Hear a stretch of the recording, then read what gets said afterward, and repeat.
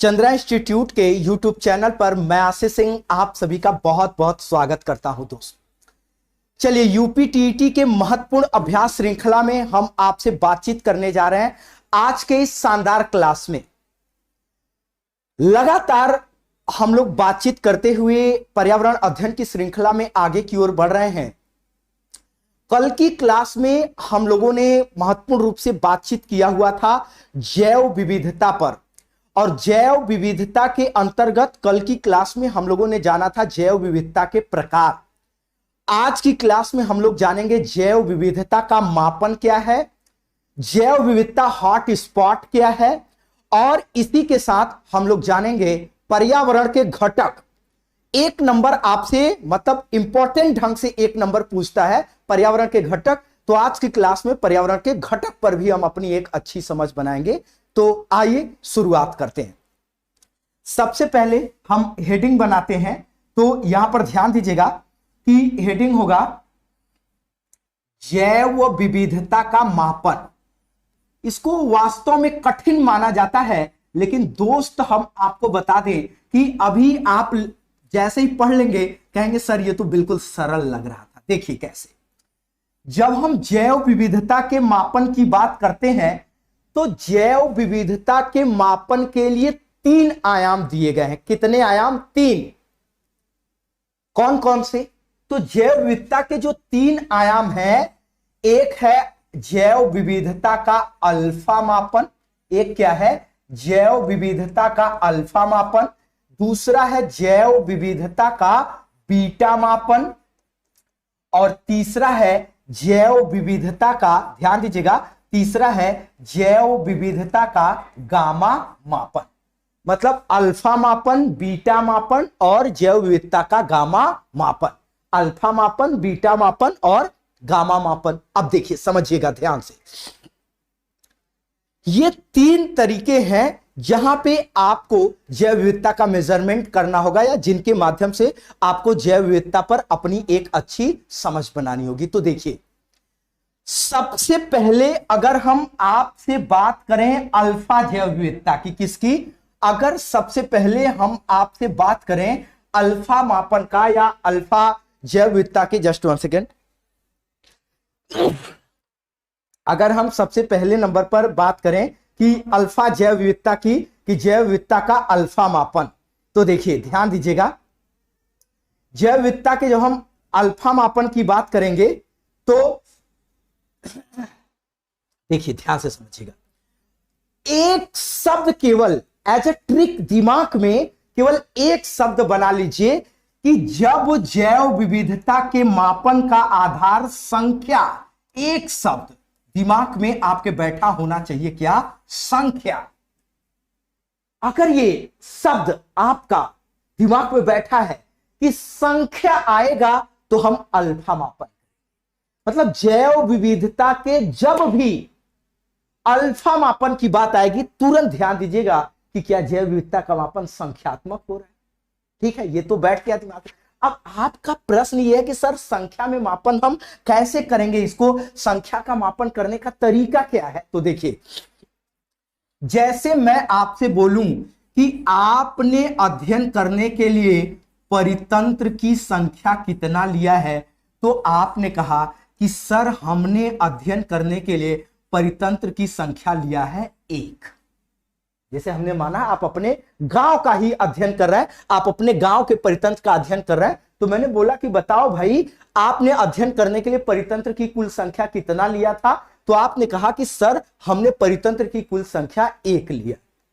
हमने कहा अच्छा ठीक है, आप बताओ कि आपके परितंत्र में, आपके इस परितंत्र में जातियों की संख्या कितनी है? तो आपने कहा कि आपके परितंत्र में जातियों की कुल संख्या है, हमने माना कि बताया 20। मतलब अलग अलग 20 प्रकार के जीव आपके गांव में पाए जाते हैं, आपके गांव वाले नामक पारिस्थितिक तंत्र में पाए जाते हैं। हमने कहा कि अच्छा ठीक है, आप ये बताओ कि आपके परितंत्र में, आपके परितंत्र में प्रजातियों प्रजातियों की संख्या कितनी है, तो आपने कहा कि हमारे परितंत्र में प्रजातियों की संख्या है 200। कितनी है? प्रजातियों की संख्या है 200। हमने कहा अच्छा ठीक है।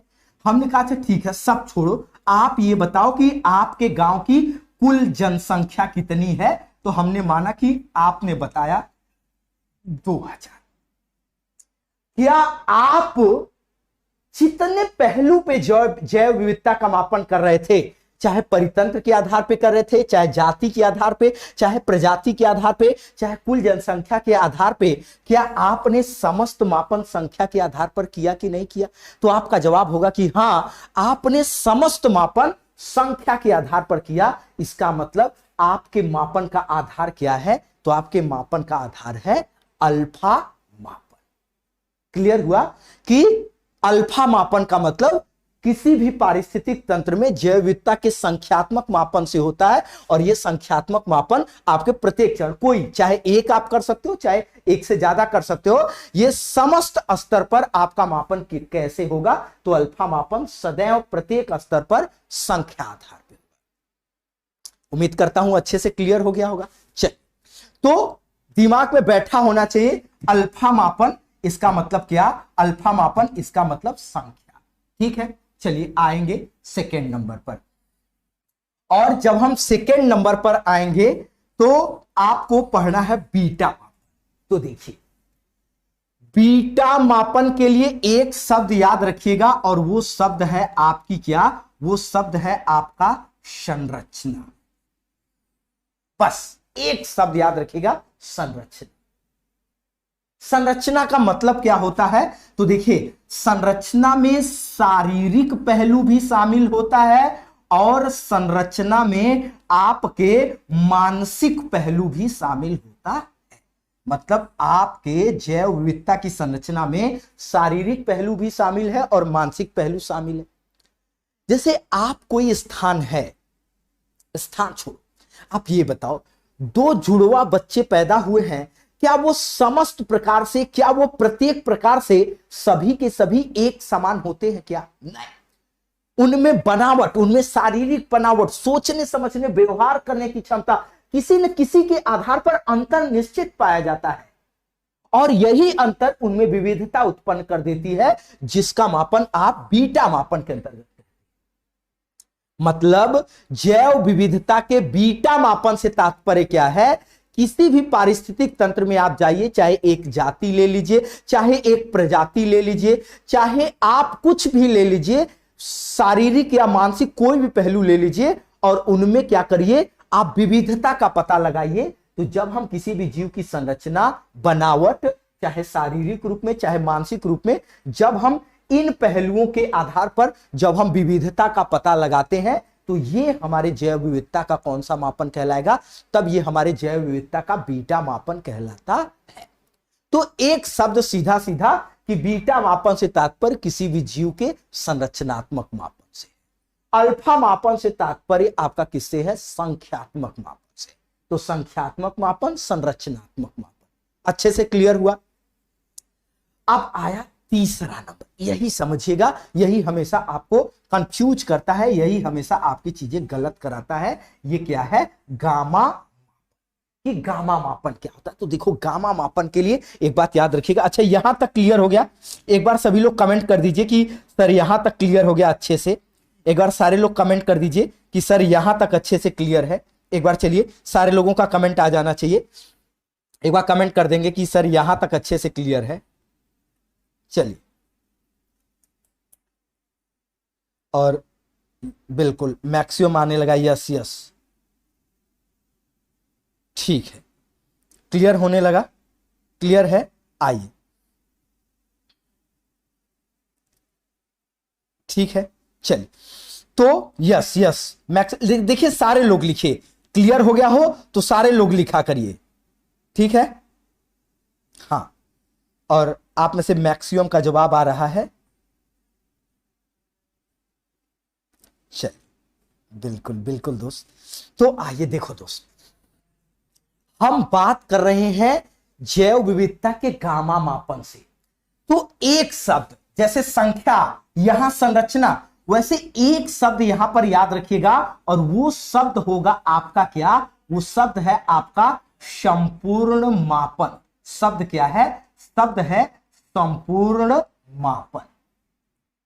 कि जब आप जैव विविधता का मतलब देखिए, जैसे केवल संख्या बोला तो अल्फा, केवल बीटा बोला तो केवल संरचना बोला तो गामा, केवल संख्या बोला तो अल्फा, केवल संरचना बोला तो बीटा। जब हम कहें कि संख्या संरचना दोनों करना है, तो आप कभी ये नहीं कहोगे कि हम अल्फा और बीटा दोनों करेंगे। तब आप ये कदापि नहीं कहोगे कि हम अल्फा बीटा, तब आपका क्या हो जाएगा, गामा हो जाएगा। तो जब हम किसी जीव के संख्या संरचना का, किसी जीव के रहने के स्थान का, जब हम एक साथ एक से अधिक मापन जैव विविधता के लिए करें, ऐसे समझिए कि जब हम जैव विविधता के लिए एक साथ एक से अधिक मापन करते हैं, तो वो निश्चित तौर पर आपका क्या कहलाता है, तो वो निश्चित तौर पर आपका गामा मापन कहलाता है। अच्छे से क्लियर हुआ कि एक अल्फा संख्या, अकेले संरचना बीटा, लेकिन जब एक से अधिक मापन हम एक साथ करेंगे तो गामा। क्लियर हो गया? इसको नोट डाउन करा दे रहे हैं, फिर आगे की ओर बढ़ रहे हैं, और सबसे इंपॉर्टेंट पॉइंट्स हम हॉट स्पॉट पे चर्चा करेंगे कि जैव विविधता हॉट स्पॉट क्या है। तो पहले 2 लाइन में इसको लिख लीजिए कि जैव विविधता के अल्फा मापन, जैव विविधता के अल्फा मापन से तात्पर्य किसी भी पारिस्थितिक तंत्र में, किसी भी पारिस्थितिक तंत्र में जीवों के मध्य संख्यात्मक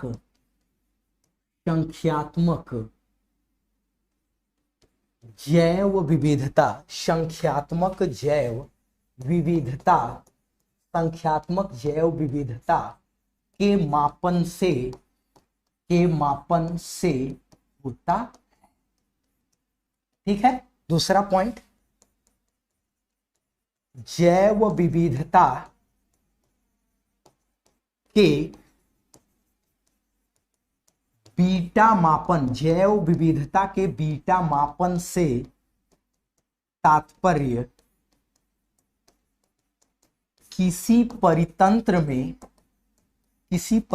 में जीव के संरचनात्मक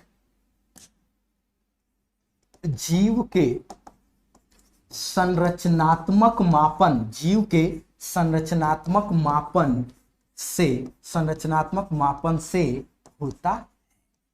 ठीक है। और गामा मापन से तात्पर्य जैव विविधता के संपूर्ण मापन से, जैव विविधता के संपूर्ण मापन से होता है, संपूर्ण मापन से होता है। ठीक है। नोट डाउन करिए इसको, चलिए नोट डाउन करिए इसको।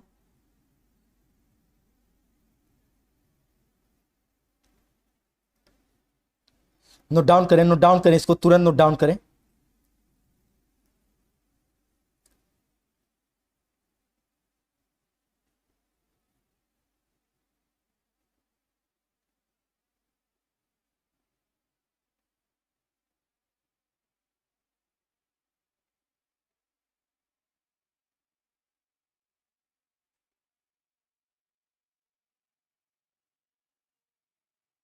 हो गया? चलिए इसको नोट डाउन करिए।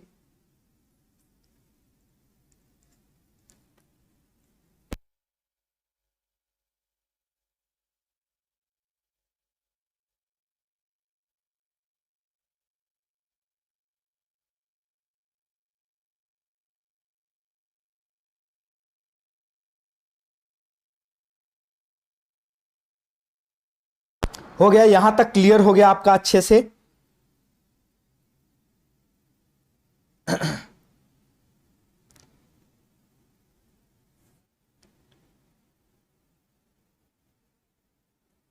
चलिए, तो अब आइए, ये आपका जैव विविधता का 70%, मतलब जैव विविधता में 70% आपने लगातार 3 दिन में अच्छे से पढ़ लिया। अब बचा 30%, और आपको यहां समझना है जैव विविधता हॉट स्पॉट। आपको क्या पढ़ना है? आपको पढ़ना है जैव विविधता हॉट स्पॉट। तो आइए समझते हैं कि जैव विविधता हॉट स्पॉट क्या है। आइए, जैव विविधता, अच्छा एक बार ये कमेंट कर दीजिए, एक बार सभी लोग ये कमेंट कर दीजिए कि आपको इसके पहले कोई प्रॉब्लम नहीं है। एक बार कमेंट कर दीजिए। तो अब आइए जैव विविधता हॉट स्पॉट पर फोकस करें। चलिए, एक बार सभी लोग कमेंट कर दीजिए कि यहां आपको कोई प्रॉब्लम नहीं है।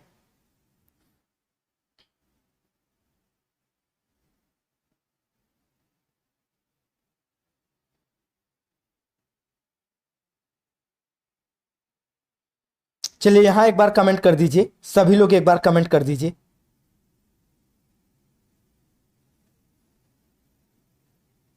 चलिए, एक बार सभी लोग कमेंट कर दीजिए। और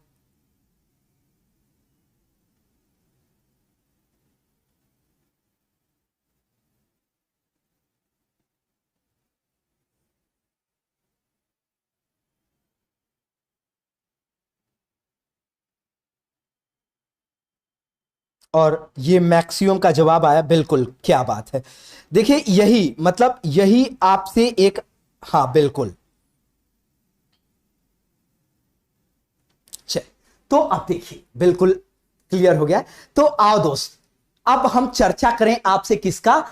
जैव विविधता हॉट स्पॉट की हम आपसे चर्चा करते हैं। तो देखिए, समझिएगा, जब हम आपसे जैव विविधता हॉट स्पॉट की बात करते हैं तो सबसे पहले जैव विविधता हॉट स्पॉट कहते किसको है?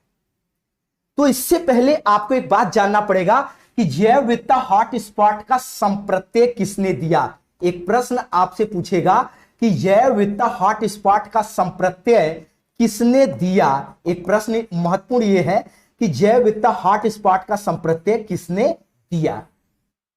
तो जब यह बात आएगी कि जैव विविधता हॉट स्पॉट का संप्रत्यय किसने दिया, तो याद रखिएगा कि यह दिया गया है नॉर्मन मायर के द्वारा। 1988 ईस्वी में किसने दिया है? तो याद रखेंगे कि यह दिया गया है नॉर्मन मायर महोदय। ध्यान से समझिएगा, 1 मिनट में इसका कॉन्सेप्ट आपको क्लियर कर देंगे कि जैव विविधता हॉट स्पॉट की आवश्यकता क्यों पड़ी। तो देखिए, ये जो डॉक्टर नॉर्मन मायर महोदय थे, ये पेशे से एक डॉक्टर थे। ये पेशे से एक डॉक्टर थे, और ये अपने अध्ययन के दौरान, मतलब जब ये इकोलॉजी पर अध्ययन करने लगे, बायोडायवर्सिटी पर इन्होंने अध्ययन करने लगे, वनस्पति अन्य जीव जंतु का जब ये अध्ययन करने लगे, तो इन्होंने ये पाया कि जब मनुष्य क्षतिग्रस्त ज्यादा हो जाए, मनुष्य बड़ी बीमारियों में है, बड़ी संकट है, वो किसी ऐसे बड़े समस्याओं से जब वो जूझ रहा है, तो मनुष्य को बचाने के लिए हॉस्पिटल में आईसीयू जैसी व्यवस्था होती है, और वो आईसीयू जैसी व्यवस्था क्या करती है कि बचा लेती है। आईसीयू जैसी व्यवस्था से आसानी से सब बच जाते हैं। तो क्या पशु पक्षी क्षतिग्रस्त हो जाए, क्या पशु पक्षियों को समस्याएं उत्पन्न हो जाए, तो क्या बचाने के लिए आईसीयू जैसी कोई व्यवस्था है? तो पाया गया कि नहीं। तो यही से मतलब इनका भी विशेष रख रखाव हो, इनका भी विशेष संरक्षण हो, इसके लिए जैव विविधता हॉट स्पॉट का संप्रत्यय किसने दिया? 1988 ईस्वी में नॉर्मन मायर महोदय ने दिया। अब ये नॉर्मन मायर महोदय ने जैव विविधता के हॉट स्पॉट को परिभाषित कैसे किया, तो समझिएगा। इन्होंने क्या कहा? इन्होंने कहा कि हॉट स्पॉट को परिभाषित करते समय कि कोई भी ऐसा स्थान विशेष, कोई ऐसा निश्चित क्षेत्र विशेष, मतलब निश्चित हो, तो कोई ऐसा निश्चित क्षेत्र विशेष जहां पर 1500 स्थानिक प्रजातियां क्या हो, जहां पर 1500 स्थानिक प्रजातियां मौजूद। कोई ऐसा स्थान विशेष जहां पर कम से कम मिनिमम 1500 स्थानिक प्रजातियां हो। अब आपके दिमाग में यही होगा कि सर स्थानिक प्रजातियां किसको बोलते हैं? तो अंग्रेजी में स्थानिक प्रजातियों का मतलब होता है लोकल वेराइटी, लोकल प्रजातियां। देखिए, स्थानिक प्रजाति कहने का मतलब यह है कि वो प्रजाति केवल वही पाई जाती हो, वो अन्य किसी स्थान पर वो प्रजाति न पाई जाती हो, वही आपकी क्या कहलाएगी? वो आपकी कहलाएगी स्थानिक प्रजाति, या वही आपकी लोकल प्रजाति। मतलब कोई ऐसा स्थान जहां पर कम से कम 1500, कोई ऐसा स्थान जहां पर कम से कम 1500 ऐसी प्रजातियां हो जो केवल वही पाई जाती हो, वो अन्यत्र अन्य किसी भी स्थान पर नहीं पाई जाती हो, तो वो आपकी सामान्य रूप से, चलिए मैक्सिमम का कमेंट भी आ रहा है, और वो आपकी सामान्य रूप से क्या कहलाएंगी? तो वो आपकी सामान्य रूप से कहलाएंगी स्थान। तो कोई ऐसा स्थान जहां कम से कम 1500 स्थानिक प्रजातियां मौजूद हो और उनका 70% अस्तित्व हो चुका हो, क्या? समाप्त। मतलब उनके अस्तित्व की बात करते हैं तो उनका 70% अस्तित्व हो चुका हो, समाप्त, और शेष बचा हो 30% बचा हो। कैसा? तो 30% बचा हुआ हो शेष। तब कोई ऐसा स्थान विशेष जहां पर 1500, कम से कम, अधिक चाहे जितनी हो जाए, लेकिन मिनिमम प्रजातियों की संख्या जो लोकल कहलाती हो, कितना होना चाहिए? 1500। तो वो 1500 लोकल प्रजातियां हो और उनका 70% अस्तित्व समाप्त हो गया हो, शेष बचा हो 30%। तो उसको बचाने के लिए, उसको संरक्षित करने के लिए, इसको सुरक्षित करने के लिए घोषित कर दिया जाता है क्या? घोषित कर दिया जाता है जैव विविधता हॉटस्पॉट। अब क्लियर हुआ कि जैव विविधता हॉटस्पॉट किसे कहेंगे? ये तो आपको अच्छे से क्लियर हुआ कि आप इसको घोषित कर देंगे क्या? जैव विविधता हॉटस्पॉट घोषित कर देंगे। अगली बात, जैव विविधता हॉटस्पॉट आप घोषित कर देंगे तो वहां पर उस जीव के लिए, जैसे आपको हॉस्पिटल में आईसीयू जैसी व्यवस्था दी जाती है, आपको बचाने के लिए आईसीयू जैसा आपका विशेष रूप से वहां पर व्यवस्थाएं हैं, वैसे ही, हां, तो वैसे ही अन्य जीव जंतुओं को बचाने के लिए, पशु पक्षियों को बचाने के लिए जैव विविधता हॉटस्पॉट। तो ये एकदम अच्छे से क्लियर हो गया कि कोई भी ऐसा स्थान विशेष जहां कम से कम 1500 स्थानिक प्रजातियां हो और उनका 70% अस्तित्व समाप्त हो चुका हो, 30% शेष बचा हो, तो उनको हम लोग क्या करेंगे? जैव विविधता हॉटस्पॉट घोषित करेंगे। अब मूल बात यह है कि विश्व में जैव विविधता हॉटस्पॉट की संख्या कितनी है? भारत में जैव विविधता हॉटस्पॉट की संख्या कितनी है? तो देखिए, अगर हम आपसे बात करें, एक हेडिंग बनाएं और उस हेडिंग के अंतर्गत हम आपसे बात करें कि जैव विविधता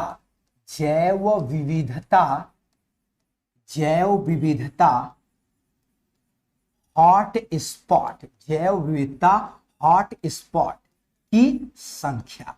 तो यहां आपसे जैव विविधता हॉटस्पॉट की संख्या, तो यहां आपसे दो संदर्भ में प्रश्न बनेगा, यही इंपॉर्टेंट है, ध्यान समझना। क्या? एक आपसे प्रश्न बनेगा विश्व के संदर्भ में और एक प्रश्न आपसे बनेगा भारत के संदर्भ में। मतलब एक प्रश्न विश्व के संदर्भ में और एक प्रश्न आपसे बनेगा किसके संदर्भ में? भारत के संदर्भ में। अब अगर आपसे कहता है कि विश्व में हॉटस्पॉट की संख्या कितनी है, तो आप बताओगे कि वर्तमान समय में विश्व में हॉटस्पॉट की कुल संख्या है, हॉटस्पॉट की कुल संख्या है 36। कितनी है? तो विश्व में हॉटस्पॉट कुल कितने हैं? 36। और भारत में अगर आपसे पूछे हॉटस्पॉट की संख्या, तो आप बताओगे कि भारत में हॉटस्पॉट की संख्या है 4। मतलब विश्व में हॉटस्पॉट की संख्या है 36, भारत में हॉटस्पॉट की संख्या कितनी है? 4। तो कुल कितने हो गए? अगर मैं बात करूं, आपसे प्रश्न है कि कुल हॉटस्पॉट की संख्या, पृथ्वी पर कुल हॉटस्पॉट की संख्या, तो बहुत सारे लोग जल्दबाजी में 36 4 40 कर देंगे। तो क्या भारत विश्व के बाहर है क्या? बताओ जरा, मैक्सिमम का कमेंट आ रहा है। तो क्या जो है कि भारत विश्व के बाहर है क्या दोस्त? तो जवाब होगा कि नहीं। तो विश्व में जब बात होगी कुल हॉट स्पॉट की तो भी आपका जवाब 36 ही होगा। क्यों? क्योंकि भारत भी तो विश्व का ही भाग है। तो भारत में कुल हॉट स्पॉट 4, विश्व में हॉट स्पॉट 36, पृथ्वी पर पूछता है हॉट स्पॉट की संख्या तो 36 ही होगा। अब इसमें से कई बार यहां से प्रश्न आया है कि भारत के वो 4 के चारों, जैसे मैक्सिमम का आ रहा है 4, अच्छा 40 नहीं, देखा कुछ ने, अच्छा कुछ लोगों ने 40 कर दिया है। नहीं, तो भाई विश्व में ही तो भारत है कि अलग है? जरा आप हमको बताओ कि भारत भी विश्व का ही भाग है कि अलग है? चलिए, तो आपसे अगर भारत के संदर्भ में पूछता है तो सबसे पहले आप बताओगे कि भारत में एक है जिसका नाम है पूर्वी हिमालय। क्या नाम है? पूर्वी हिमालय।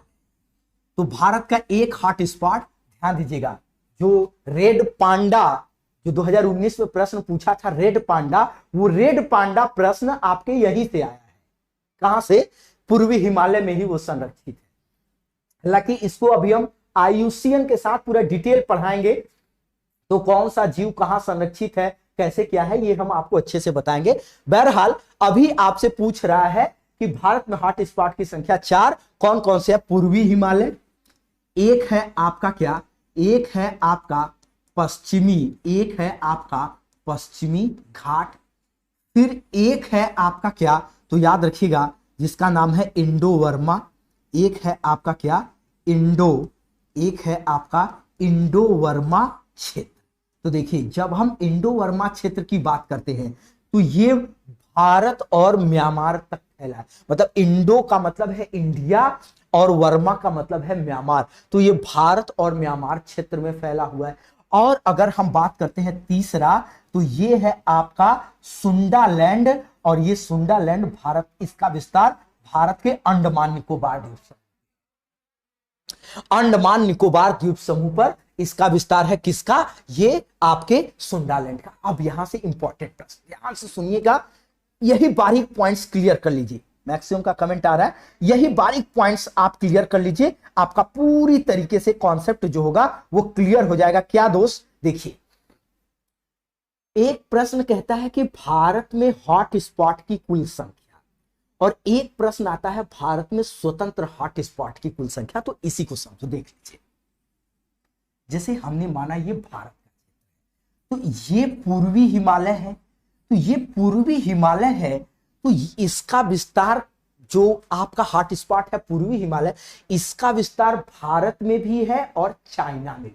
ध्यान से सुनिएगा मेरी बात, नहीं कंफ्यूजन होगी कि इसका विस्तार भारत में भी है और चाइना में भी है।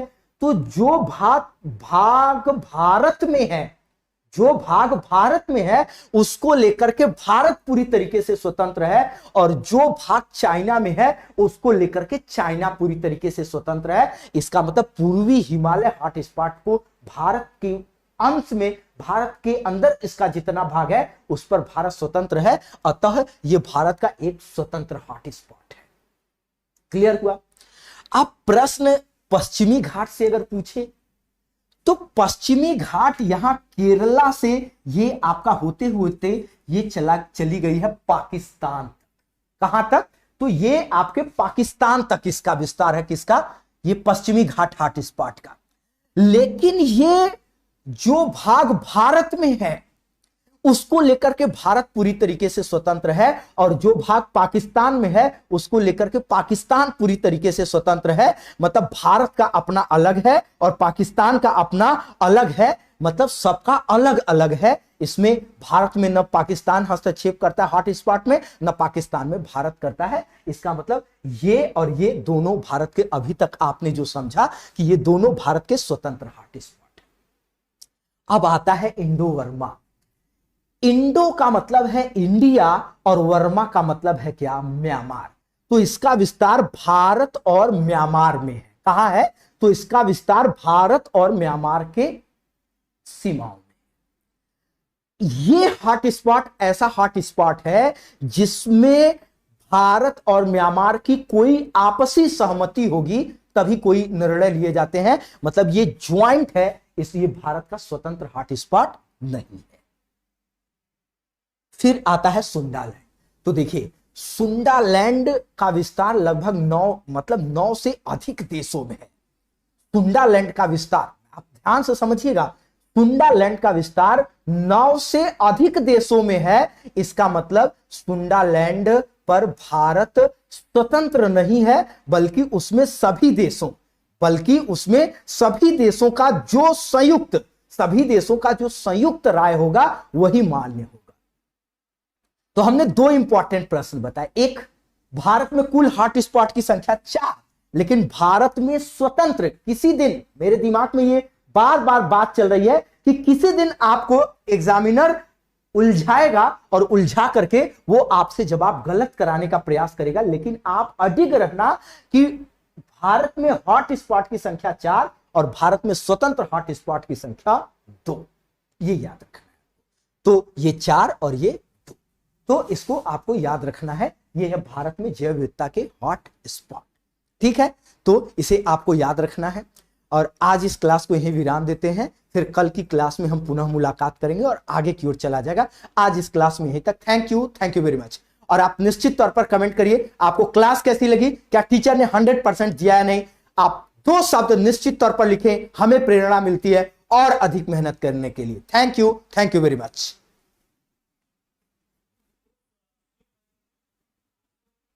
जब मंजिल पास हो, मंजिल चंद्रा इंस्टीट्यूट हो, तो सोचना क्या। प्यारे दोस्तों, आपको न्यू बैचेस की जरूरत थी। चंद्रा इंस्टीट्यूट के बहुत सारे कॉल आ रहे थे, डिमांड आ रही थी, तो सभी बैचेस के, सभी कोर्सेस के न्यू बैच आपको दिया जा रहा है चंद्रा इंस्टीट्यूट के द्वारा 25 अगस्त से। देखिए UP TET, super TET, LT grade, याद रखिए एलटी ग्रेड प्लस टीजीटी, ये मास्टर बैच दिया जा रहा है, दोनों एक साथ। और जब तक आपका एग्जाम नहीं हो जाता तब तक आप वीडियो देख सकेंगे। यूपी पीजीटी 25 अगस्त, 50% डिस्काउंट रहेगा प्रथम 1000 भाई बहनों के लिए। देखिए इसके अलावा सिविल और इंडिविजुअल बैचेस की बात किया है, यूपी पीसीएस फाउंडेशन 25 अगस्त से सारे बैचेस हैं, individual, history, geography, Hindi, math, reasoning, आप देख सकते हैं। 50% डिस्काउंट प्रथम 1000 भाई बहनों के लिए। यूजीसी फर्स्ट पेपर, यूजीसी में आपको हिस्ट्री मिल जाएगा, सेकंड पेपर ज्योग्राफी, इकोनॉमिक्स, ये सेकंड पेपर आपको मिल जाएगा। 25 अगस्त से न्यू बैच आपका लॉन्च हो रहा है। डिफेंस आप कई भाई बहन आपके डिफेंस की जरूरत थी, एनडीए एंड एयरफोर्स, ये फाउंडेशन बैच है, 25 अगस्त से आपको मिल जाएगा। आईसीएसई सीबीएसई बोर्ड बहुत ही आपके छोटे भाई बहनों के लिए बहुत ही वरदान साबित होगा। ICSE CBSE board 9th 10th 11th, ये आपका 1 सितंबर से आपका लाइव बैच प्रारंभ हो रहा है। अब देखिए ये कुछ मोबाइल नंबर हैं, इन्हें आप नोट कर लीजिए आपकी मदद के लिए। ये हमारे ब्रांचेज हैं, लखनऊ, वाराणसी, बरेली, कानपुर, आगरा, झांसी, फैजाबाद, ये हमारे ब्रांचेज हैं। प्रयागराज के अलावा देखिए एडमिशन कैसे लेंगे आप, गूगल प्ले स्टोर पर लिखें चंद्रा इंस्टीट्यूट इलाहाबाद, सीधे आप एप्लीकेशन को इंस्टॉल कर लो भैया। और जैसे आईडी पासवर्ड बनाते हो फेसबुक पे, वैसे सेम आईडी पासवर्ड आप बना लो, अकाउंट क्रिएट कर लो आप, name, mobile number, ID, password, ये सब। उसके बाद आप होम पेज पर जाएंगे, वीडियो कोर्स पर जाएंगे, वॉच वीडियो और बाई कोर्स, अपना कोर्स आप बाई कर लेंगे। चंद्रा इंस्टीट्यूट हर प्रकार से आपकी मदद के लिए। सबसे महत्वपूर्ण बात आपको बता दें, हमारे पिछले रिजल्ट आप देखिए, इतना पसीने बहाते, इतना मेहनत करते हैं टीम। कोई भी कोर्स हमने लॉन्च किया, हम जी जान लगा देते हैं, समर्पित भाव से कोशिश की है। तो आप स्वयं और अपने छोटे भाई बहनों को जरूर आप बताएंगे यदि आप चंद्रा के बारे में जानते हैं, रिजल्ट देखा। Thank you very much.